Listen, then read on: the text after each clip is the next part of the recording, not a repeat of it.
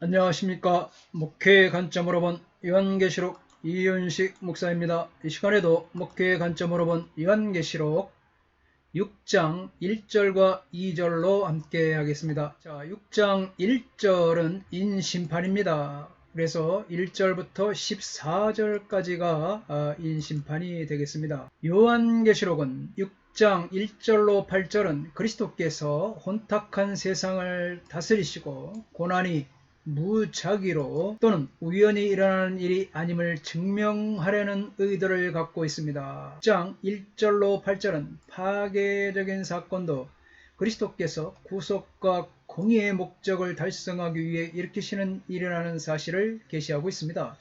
교회의 모든 환난과 박해를 통제하시는 분이 보좌에 앉으신 예수 그리스도입니다. 할렐루야. 인을 떼시는 것은 그리스도께서 하나님 우편의 자리에 잡으신 것과 일치합니다. 따라서 인심판에 묘사된 사건들은 즉시 일어나기 시작하고 주님이 재림하실 때까지 계속 일어날 것입니다. 5장에 이어 6장 1절로 8절도 그리스도의 십자가에서의 승리의 고난과 부활, 그리고 아버지 보좌 우편에 앉으시는 승천의 결과로 세상에 직접 임하게 된 파괴 세력들의 활동을 묘사하고 있습니다. 인을 떼기에 합당하신 분 누구인지 확인되었죠. 5장 2절과 5절에서 바로 예수 그리스도죠. 세상 역사를 종결시키고 종말로 이끌 사건들은 바야흐로 시작되었습니다. 7인이 다 떼어지기 전에는 두루마기가 펴지지 않을 것이라는 사실에 우리는 유념해야 합니다. 6장 1절로 8장 1절은 최후의 끝날에 있을 사건들을 예고하는 일련의 예비 심판을 내용으로 하고 있습니다. 7개로 이루어진 심판은 4에서 3 패턴으로 구성되어 있고 처음 4 심판은 땅에 임하는 심판으로 이루어져 있습니다. 6장 1절로 8절에서 처음 4개의 심판은 하나의 묶음으로 취급될 수 있습니다. 왜냐하면 4 생물 각각 심판의 내용을 소개하고 있을 뿐 아니라 4마리의 말, 곧 흰색, 붉은색, 검은색, 청황색 말이 등장하기 때문입니다. 여기에 4 생물이 등장하는 이유가 무엇입니까? 4장에서 4 생물은 피조물을 대표하는 존재라고 말씀드렸죠. 그 근원이 하늘에 있음을 상징하는 역할을 하는 것으로 설명된 바 있습니다. 이러한 4 생물이 바로 인심판에 처음 4개에 등장하는 것은 그 심판의 성격이 피조물을 포함하는 이 세상에 대한 것이므로 그 심판의 의미를 강화하기 위해 동원되었다고 볼 수가 있습니다. 더 나아가 4마리의 말의 등장은 어떻게 이해해야 하는가? 이 말들은 스가랴 1장 8절로 15절과 6장 1절로 8절을 배경으로 주어지고 있습니다. 여기에서 4마리의 말을 탄 자들은 이 땅을 정탐하고 하나님의 백성들을 억압하는 이방 나라들을 심판하도록 부르심을 받고 있습니다. 스가랴 6장 5절로 8절 말씀이죠.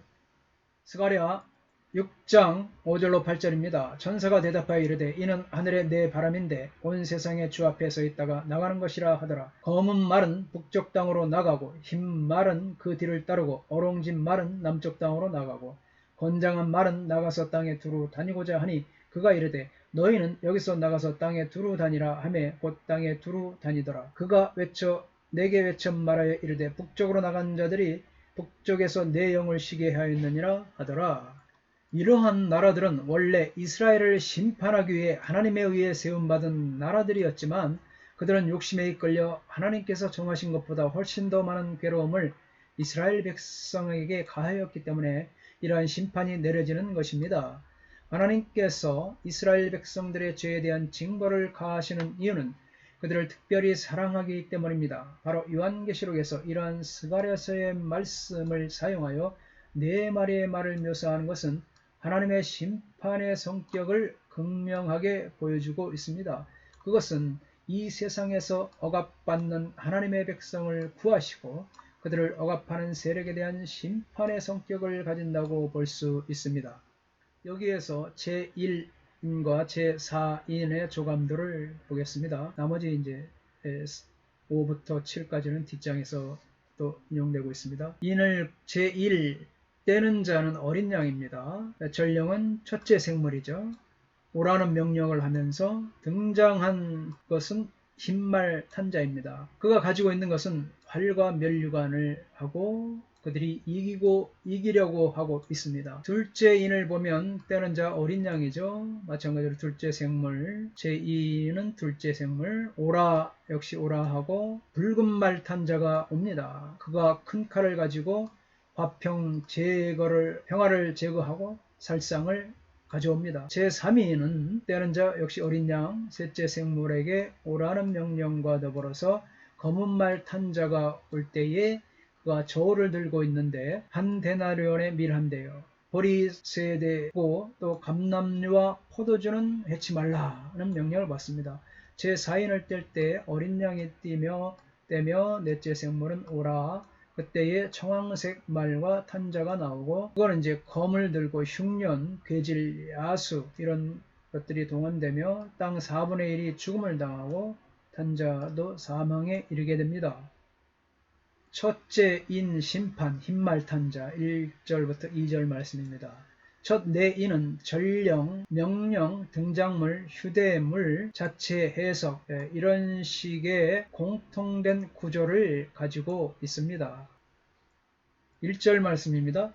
내가 보매 어린 양이 7인 중에 하나를 떼시는데 그때 내가 들으니 내 생물 중에 하나가 우레소리같이 말하여 오라 하기로 하이 에이돈 호테 노익센 톨 아르미온 미안 엑톤 헤프타 스프라기돈 카이 에쿠사 헤노스 엑톤 테사론 존 레건토스 호스포네 브론테스 에르. 그리고 내가 보았다. 어린 양께서 7 봉인들로부터 하나를 여셨을 때 그리고 내가 들었다. 내 생분들로부터 하나가 천둥의 소리같이 너는 오라 말하는 것을. 어린 양 예수님에 의해서 새 언약의 문서이자 통치 백서인 두루마리가 드디어 개봉이 됩니다. 어린 양에 의하여 인이 하나씩 떼어질 때마다 원고인 소아시아 7교회의 대적이자 피고인 로마 제국과 배교한 유대인들은 하늘의 재판관에 의해서 심판을 받습니다. 또 내가 봄에 카이 에이돈, 이 본문은 전형적인 표현인 또 내가 봄에 이 카이 에이돈이란 말과 함께 시작합니다. 이것은 새로운 부분에 대하여 작은 분기점과 같은 역할을 하고 있습니다. 인심판 속에서 일어나는 각 사건은 인을 떼는 어린 양의 행동과 함께 시작하고 있습니다. 어린 양은 5장의 내용과 부합하게 신적 심판자로 행동을 계시하십니다. 여기서 7인 중 하나씩을 떼어 가는 것은 일종의 상징적 행위로 7인 가운데 하나를 떼는 것임에도 불구하고 마치 7인 모두를 떼는 것과 같은 동일한 효과를 가진다. 왜냐하면 7인 중에 하나를 떼었을 때 곧바로 심판이 발생하기 때문입니다.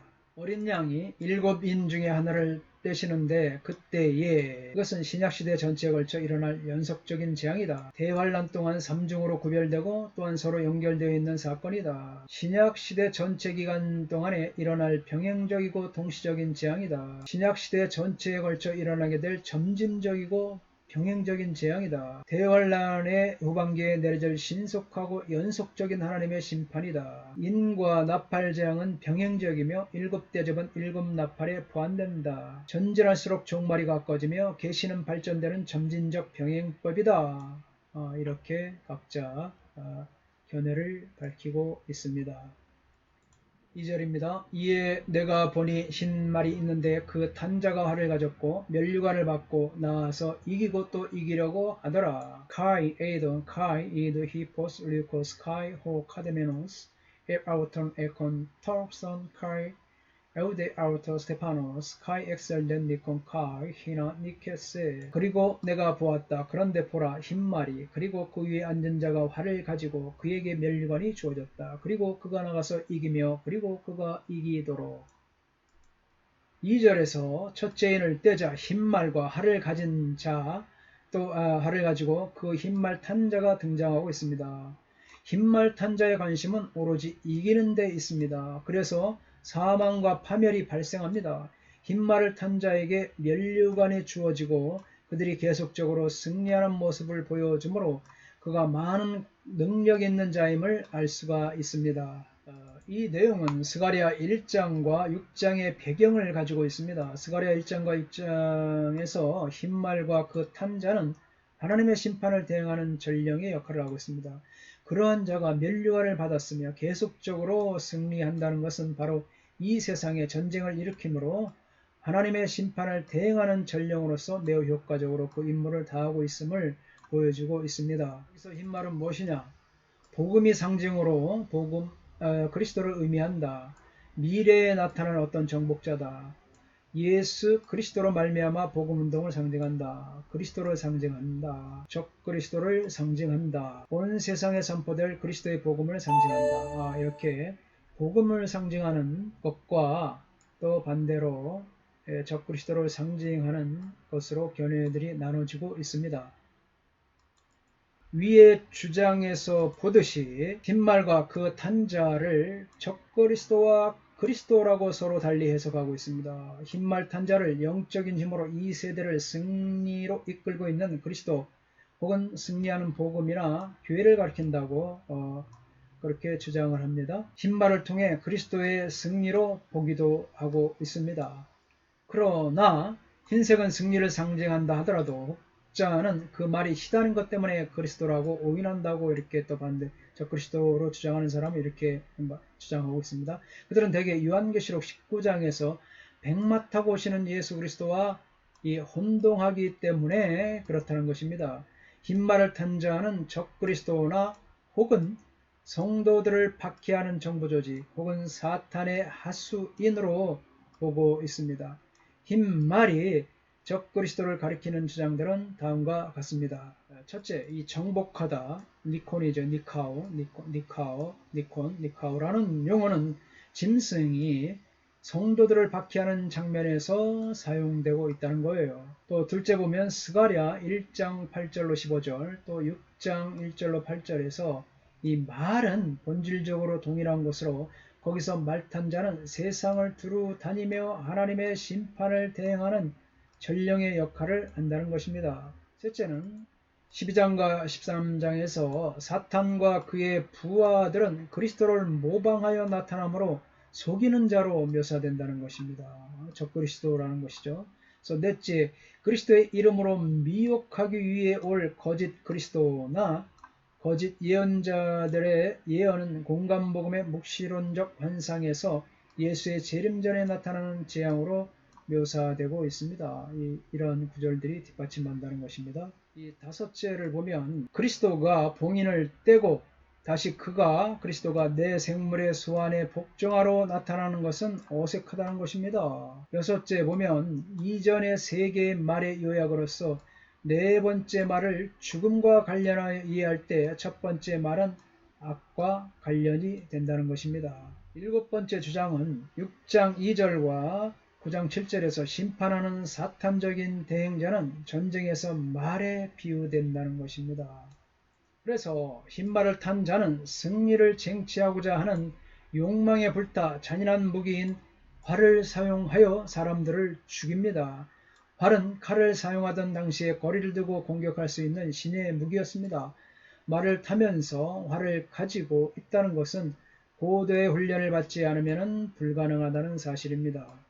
한편 파르티아인들은 고대에서 가장 유명한 궁사들이었으며 AD 62년에 볼로가세스가 로마 군대를 상대로 전무후무한 승리를 거두어 서방의 간담을 서늘하게 했습니다. 이로 인해 그들은 전면적 침략을 두려워하게 되었습니다.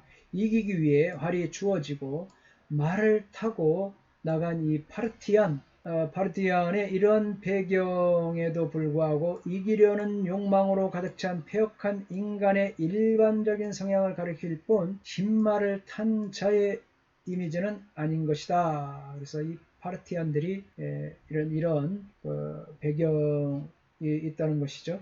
이기고 또 이기려 하더라. 싸우시는 그리스도의 모습이다.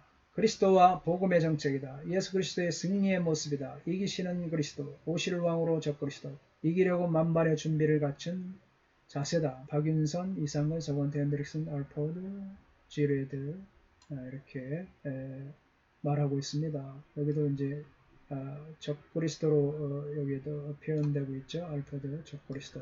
예. 가증하고 더럽고 막강한 권세를 가진 이 짐승과 감히 누가 싸우랴. 막강한 권세를 가지고 나타나지만 그것까지도 어린 양의 손에 잡혀 있는 것임을 잊어서는 안 됩니다. 예수님께서 인을 떼지 않으시면 짐승, 적 그리스도도 나타나지 못합니다. 예수님의 인을 떼서 나가는 것을 허락할 때라야 적 그리스도의 행세를 알 수 있습니다. 짐승이 아무리 날뛰어도 그것은 하나님의 주권 안에 있습니다. 할렐루야. 그러므로 겁낼 것이 없습니다. 하나님을 바라보십시오. 예수님은 영원 세계에서 영원 세계에 이르기까지 사역하십니다. 할렐루야. 감사합니다. 다음 시간에 6장 3절로부터 함께 하겠습니다. 건강하십시오. 샬롬.